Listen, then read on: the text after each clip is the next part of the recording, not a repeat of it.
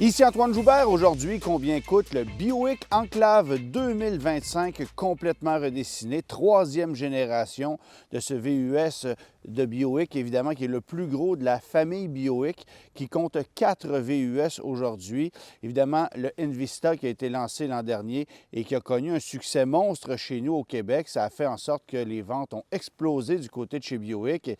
Il y a l'Encore GX, il y a l'Envision, qui est un Buick peut-être un peu moins populaire, de fabrication chinoise, qui se situe un peu entre deux chaises. Et évidemment, l'Enclave qui est là depuis 2008, un produit qui a rehaussé l'image de marque de Buick et qui a fait en sorte que plusieurs acheteurs se sont dirigés vers la marque Buick et qui n'auraient pas considéré cette division de General Motors n'eût été de ce produit-là. Alors évidemment, Buick a lancé l'Enclave en 2008, l'a redessiné pour une première fois en 2018, ce qui veut dire qu'on a conservé la même génération pour une décennie complète, non pas sans apporter quelques modifications, quelques améliorations, mais c'est un produit qui a connu beaucoup de succès, particulièrement sur le marché américain, et qui, on le sait, partageait l'ensemble de ces éléments techniques et structuraux avec le Chevrolet Traverse, mais surtout avec le GMC Acadia qui a été lancé avant ces deux autres produits. Et c'est toujours le cas aujourd'hui, c'est-à-dire que le Buick Enclave dérive du Chevrolet Traverse, du GMC Acadia, deux produits qui ont été redessinés pour 2024. Et en 2025, c'est au tour du Buick Enclave de passer au bistouri. Un véhicule qui est offert avec rouage intégral de série chez nous au Canada, bien qu'on puisse obtenir du côté des États-Unis des modèles à traction d'entrée de gamme que nous n'aurons pas ici chez nous parce qu'évidemment, Buick souhaite rehausser son image et aller chercher une clientèle un petit peu plus sélecte avec ce produit-là qu'avec les autres produits qu'on considère comme des véhicules d'entrée de gamme, parce que l'Envista, c'est un des véhicules les moins chers de la grande famille Buick. Ça explique aussi son succès, mais c'est en partie son design qui fait en sorte que autant d'acheteurs se dirigent vers ce nouveau produit-là qui partage l'ensemble de ces éléments de son côté avec le Chevrolet Trax. En ce qui concerne la seconde génération du Buick Enclave, ça a été vendu de 2018 à 2024. Les ventes étaient en chute libre au cours de la dernière année, moins 33 de ventes sur le marché canadien. Un peu plus de 2000 unités étaient vendues chez nous au Canada, alors que du côté des États-Unis, c'était drôlement plus populaire. Mais les ventes du côté du Canada ont été en hausse de 43,7 en 2024, ce qui s'explique encore une fois par l'arrivée du Buick Envista, qui est le quatrième véhicule de la marque Buick, une division qui ne propose plus aucune voiture chez nous, ce qui est un peu particulier parce qu'évidemment, Buick a longtemps vendu des berlines de grand luxe, des berlines ultra confortables. Alors, ce mandat-là, c'est du côté du VUS et particulièrement de l'Enclave qui est le plus confortable, le plus spacieux et le plus luxueux de tous les produits Buick actuellement offerts. Alors, Buick arrive cette année avec cette nouvelle génération de l'Enclave qui se distingue énormément sur le plan stylistique de ses deux proches cousins que sont le Chevrolet Traverse et le GMC Acadia. Deux véhicules que j'ai pu conduire un peu plus tôt au cours de l'année dernière et qui ont beaucoup de similarités entre les deux. C'est-à-dire qu'entre un Chevrolet Traverse et un GMC Acadia, vous allez voir qu'il n'y a que peu de différence sur le plan stratégique.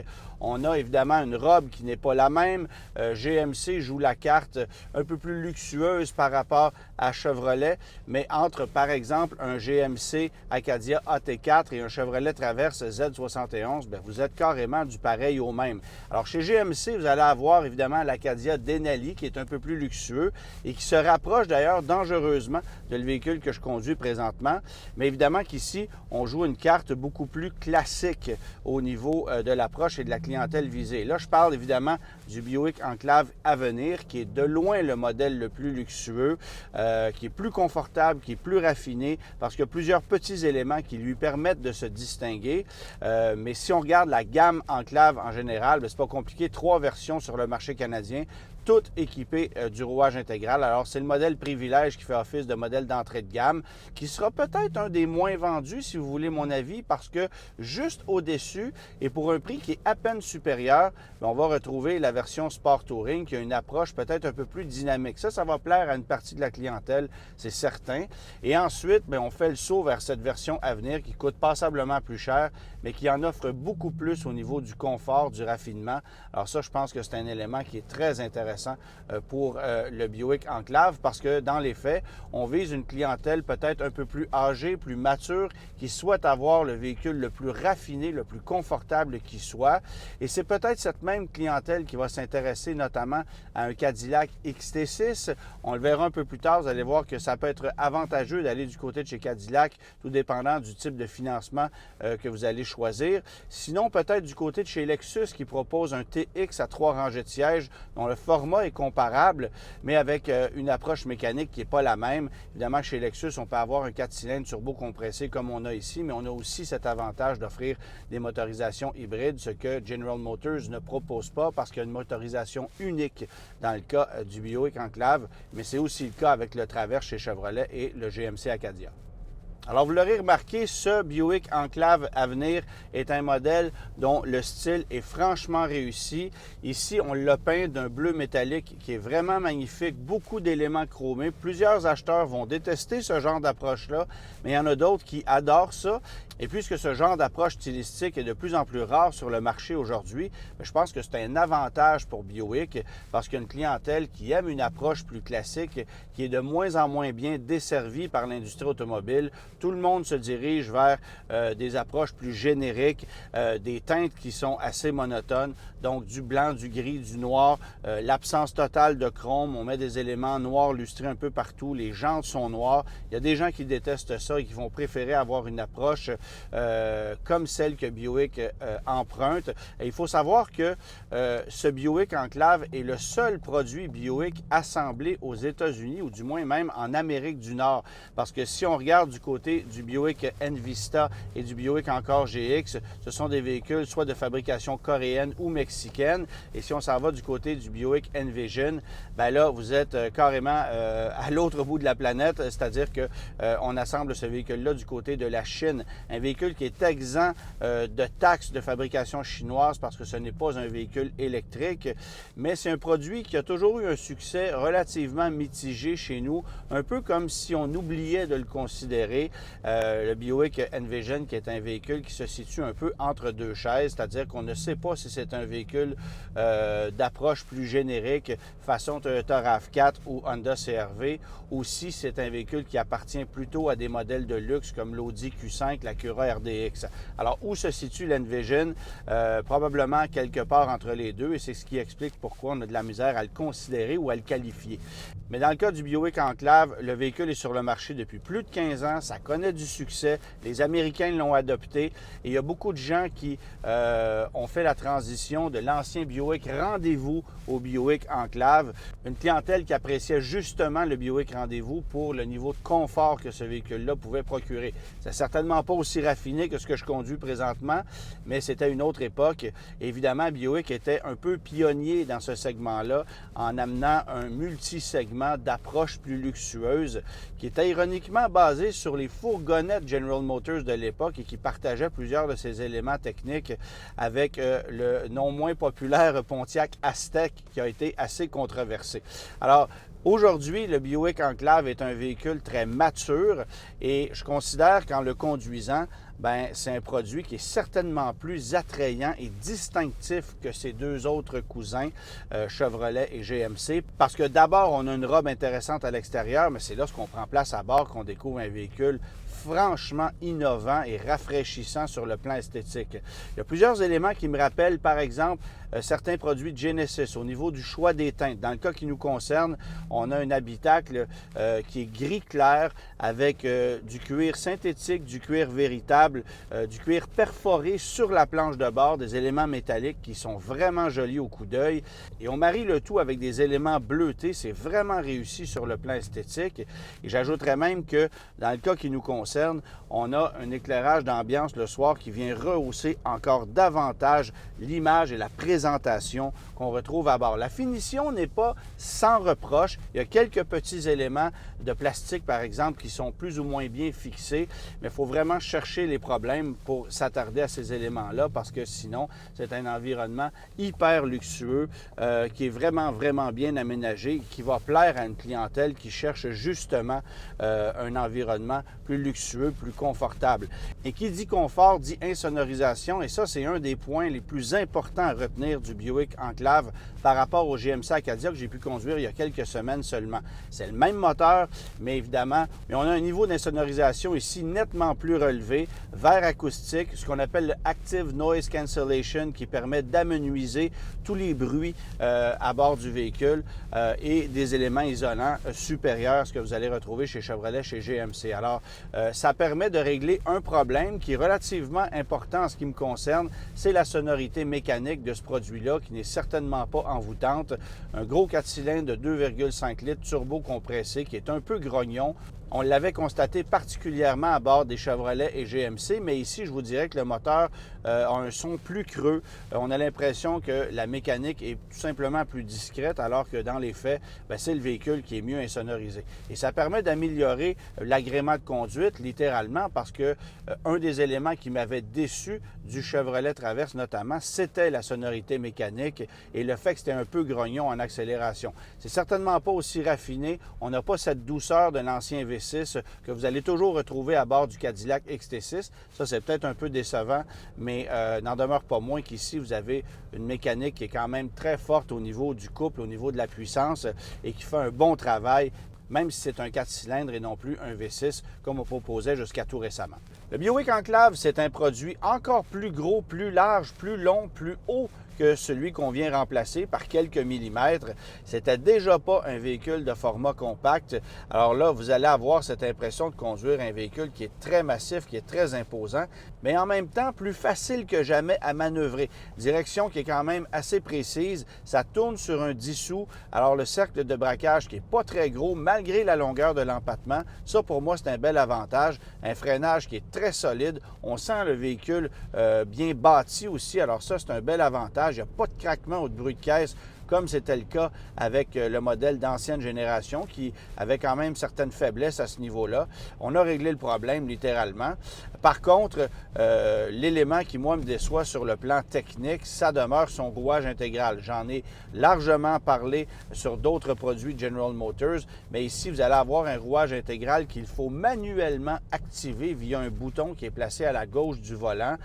On dit chez General Motors que cette approche-là permet d'économiser à la pompe, mais je reviens sur le fait que ce gros 4 cylindres de 2,5 litres turbo compressé n'est pas un moteur particulièrement frugal. On annonce une cote de moyenne combinée à 11,2 litres au 100 km et c'est un petit peu décevant parce qu'on aurait pu s'attendre à un peu mieux. C'est vrai que la puissance est au rendez-vous. C'est 328 chevaux, 326 livres-pieds de couple livrés de façon quasi instantanée, pas autant qu'avec un moteur électrique, là, forcément, mais un moteur qui fait un bon boulot. Ça remorque 5000 livres sans problème. Alors, de ce côté-là, mission accomplie, mais ça demeure un véhicule peut-être un peu plus gourmand que la moyenne de ses rivaux. Et ça, il faut quand même le considérer. Bonne nouvelle, par contre, ça roule à l'ordinaire, comme c'est le cas avec le Chevrolet Traverse, parce que c'est la même motorisation. Alors, on ne joue pas la carte de l'essence premium comme on le fait chez Lexus par rapport à un Toyota Highlander, alors qu'on partage la même motorisation dans les deux cas. Vous allez constater, si vous optez pour une version privilège ou touring, que c'est un véhicule extrêmement confortable. Mais on passe à un autre niveau avec cette version à venir qui profite d'une insonorisation encore plus poussée, mais aussi d'une suspension qui est distinctive par rapport aux autres versions. C'est-à-dire qu'ici, on a une suspension adaptative, non pas nécessairement uniquement en fonction des modes de conduite que vous n'utiliserez pas, honnêtement, mais c'est une suspension qui s'adapte au type de revêtement sur lequel vous roulez, en fonction évidemment de la vitesse, mais aussi en fonction de votre type de conduite. Et ça, c'est vraiment magnifique parce que à vitesse d'autoroute, à vitesse de croisière, c'est un véhicule qui flotte littéralement sur un nuage, mais qui est aussi capable de vous offrir une dynamique de conduite surprenante, plus qu'avec certains autres véhicules de la grande famille General Motors, où là, vous allez sentir plus facilement le poids du véhicule. Évidemment que c'est un véhicule qui est très lourd, mais la suspension fait tellement un bon travail qu'on l'oublie.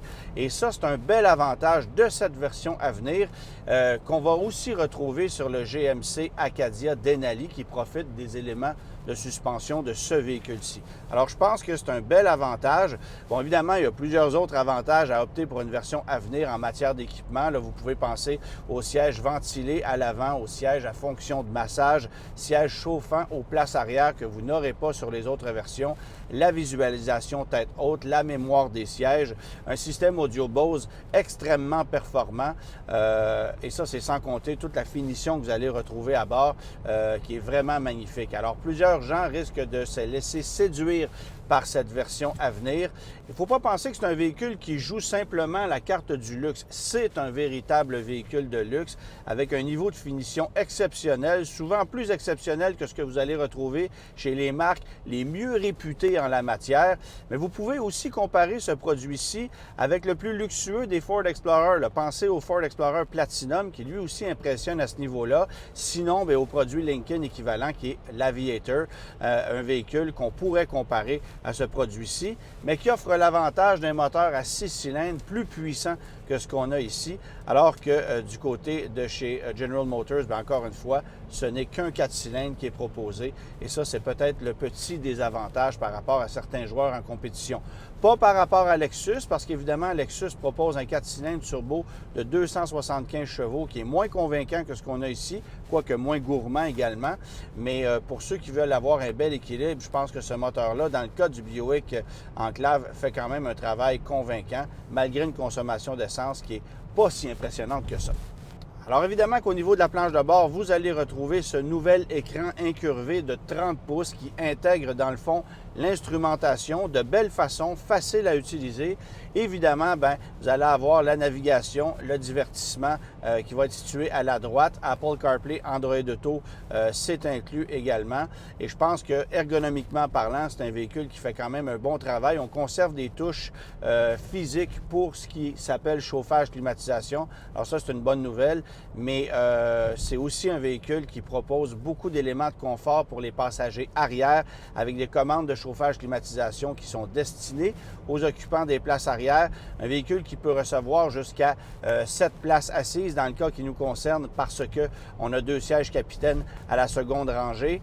Mais si vous optez pour un modèle d'entrée de gamme, vous aurez droit à une banquette centrale qui peut être peut-être plus pratique pour certains acheteurs, pour certaines familles. Mais dans le cas de cette version à venir, bien, c'est le choix unique qu'on propose. Quelques autres éléments à souligner avec le Buick Enclave au niveau de l'aménagement intérieur. Évidemment, la finition, bien sûr, mais cette console flottante qui est vraiment bien pensée. On a beaucoup d'espace de rangement. On a des prises pour alimenter les différents types de téléphones, donc USB, USB-C, chargeur par induction, beaucoup d'espace sous la coudoir centrale, un bouton de volume qui est vraiment bien placé sur la console flottante et esthétiquement, c'est réussi également. J'aime beaucoup le volant aussi avec le nouveau logo Buick. Je pense que c'est une belle touche esthétique sur ce produit-là.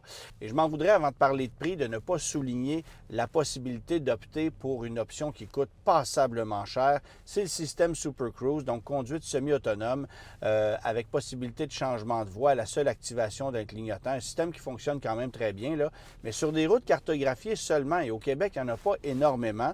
Alors, un système qui coûte 4 995 qui coûte 5 300 du côté de chez GMC. Alors, c'est une véritable fortune pour pouvoir bénéficier de ce petit avantage parce que n'oubliez pas que si vous n'optez pas pour cette option-là, vous aurez quand même un régulateur de vitesse intelligent avec détection du véhicule qui vous précède. Alors, possibilité de gérer la distance entre le véhicule qui vous précède et le vôtre. Alors, c'est déjà un élément qui est quand même pas si mal. Le système Super Cruise, bien, ça repousse les limites de la conduite semi-autonome, bien sûr, mais est-ce que ça vaut 5 000 Je pense que ça ne vaut pas la peine. Et même si on fait des mises à jour info-nuagiques sur le système au fil des prochaines années, il faut vraiment vouloir bénéficier de ce système-là pour payer la somme que ça coûte. Alors, pour vous donner une idée, 5 000 plus taxes, c'est 5 750 approximativement. Vous ajoutez à ça les taux d'intérêt, financement à la location. Alors, c'est facilement plus de 100 par mois supplémentaires que vous allez payer pour bénéficier de ce seul élément. Et encore une fois, bien là, rendu là, c'est un choix personnel, mais je ne pense pas que ça vaille la peine. Ce n'est pas une technologie qui est à ce point convaincante pour qu'on débourse une telle somme pour cette seule option. Parlons maintenant prix avec le Buick Enclave parce que c'est quand même un élément important. Ça débute à 62 125 $ pour la version privilège. Vous allez monter à 63 625 $ pour la version Sport Touring, qui je pense va être la plus vendue honnêtement. Et ensuite, vous faites le saut à 72 125 $ pour cette version à venir, sur laquelle il y a quelques options. Bon, encore une fois, cette possibilité du système Super Cruise, mais je ne pense pas que ce soit nécessaire d'aller choisir beaucoup d'options ou d'accessoires avec ce produit-là, qui est livré avec un équipement ultra complet, comme je le mentionnais un peu plus tôt. Alors, 72 125 $ dans le cas qui nous concerne, 72 920 parce qu'on a l'option de l'ensemble remorquage à 795 $. La couleur métallisée qu'on a ici, donc le bleu métallique, est une option sur les autres versions, mais livrée sans frais sur la version à venir. Donc, pas d'option pour ça. Ça ne coûte pas plus cher non plus pour bénéficier d'un habitacle 2 tons. Vous pouvez obtenir un habitacle couleur crème et mocha, un habitacle couleur beige et bleu marine comme on a ici, sinon du noir et du gris un peu plus traditionnel. Mais ça, c'est sans frais, peu importe le modèle que vous allez choisir. Et sinon, il y a énormément d'accessoires que vous pouvez choisir en concession, donc tapis d'hiver, ensemble d'aménagement de coffres, etc., etc. Et parlant d'aménagement de coffre, il faut savoir que ce véhicule-ci, même avec la 3e banquette relevée, vous offre un volume cargo encore intéressant. C'est 2620 litres de volume utilitaire que vous allez retrouver derrière les sièges avant. Alors, c'est déjà un véhicule extrêmement spacieux, mais même si vous voulez utiliser toutes les places assises, ça demeure un véhicule très polyvalent. Alors, 72 920 $ pour le véhicule que je conduis présentement, mais le taux de financement est à 4,99 % sur un terme de 72 mois. Le véhicule vient d'arriver sur le marché. Alors, on n'est pas particulièrement agressif à ce niveau-là, ce qui explique pourquoi on a des mensualités à l'achat de 1 346 $ pour le véhicule que je conduis présentement. Et à la location, c'est encore pire parce que, tenez-vous bien, on est à 8,9 % de taux de location, ce qui est injustifiable parce que même du côté des marques japonaises, on n'a pas des taux de location aussi élevés. Ce que ça veut dire, c'est qu'on veut les vendre, on ne veut pas les louer. Vous allez payer même plus cher en location 48 mois sur une base mensuelle que si vous le financez sur 72 mois. C'est 1 379 $ mensuellement que vous allez payer à la location pour un 4 ans, 80 000 km par année. Et si vous regardez du côté de chez Cadillac pour un produit équivalent, il faut se tourner vers un XT6 Luxury avec ensemble Platinum. C'est un véhicule de 88 705 $. Alors, beaucoup plus cher que le véhicule qu'on a ici, mais le taux de financement est à 3,99 %. Dans le cas d'un financement, vous paieriez près de 1 600 $. C'est 1 592 $ pour le Cadillac XT6 à équipement équivalent. Mais à la location chez Cadillac, on est beaucoup plus agressif. Alors, moteur V6, petit avantage pour certaines personnes, on connaît sa fiabilité, mais 1 319 $ par mois en location 4 ans, 80 000 km, parce que le taux est à 3,9 % contre 8,9 % pour le Buick. Alors, si vous visez la location, je pense qu'il vaut mieux aller regarder un œil du côté de chez Cadillac, mais à l'achat, ça, c'est un produit qui est peut-être un petit peu plus convaincant, bien que le taux soit plus élevé de 1 %. Évidemment, l'autre joueur en compétition, c'est le Lexus TX. Je voulais mentionner ce produit-là parce que le Lexus TX avec ensemble exécutif, qui est le produit équivalent en matière d'équipement à ce qu'on conduit présentement, ça coûte 83 695 $. Ça, c'est avec un 4 cylindres turbo de 275 chevaux, 1 627 $ au financement à 6,7 %, 1 482 $ en location à 6,9 %. Alors, Lexus n'est pas dans le coup côté prix, mais évidemment que la dépréciation est quand même plus faible du côté de chez Lexus que de chez Buick. Il faudra voir comment les acheteurs vont faire leur choix au cours des prochains mois. Vous pouvez aussi comparer, soit dit en passant, le Buick Enclave à venir avec le GMC Acadia Denali. Alors là, on s'en rapproche dangereusement. Ce sont deux véhicules qui proposent à peu près la même formule, mais avec une approche plus classique du côté de chez Buick. L'Acadia équivalent serait à 69 620 920 $. Dans le cas du véhicule qui nous concerne, on est à 72 920 $. Alors, vous voyez que l'écart n'est pas si grand que ça. 1118 $ en financement pour le GMC Acadia Denali équivalent, avec un même taux à 4,99 % et 1205 $ pour la location d'un GMC Acadia Denali à 8,9 %. Là aussi, la location n'est pas avantageuse. Alors, si vous pensez location, encore une fois, regardez du côté de chez Cadillac, mais à l'achat, je pense que ce produit Buick est fort intéressant. Et en ce qui me concerne, ça me plaît davantage que le GMC Acadia Denali, même si on a un look un peu plus moderne, un peu plus contemporain du côté de chez GMC. Je trouve que Buick propose un produit qui est plus distinctif. Il n'y a pas beaucoup d'équivalents sur le marché. Et en terminant, je vous mentionne que pour obtenir un environnement qui ressemble à celui qu'on a ici au niveau du choix des couleurs, des matériaux, c'est Genesis qui propose l'équivalent du côté des joueurs asiatiques. Il n'y aura certainement pas d'équivalent chez les joueurs japonais parce qu'on ne joue pas d'audace de la même façon chez les Japonais qu'on le fait du côté de chez General Motors. Et ça, je pense que c'est un bel avantage.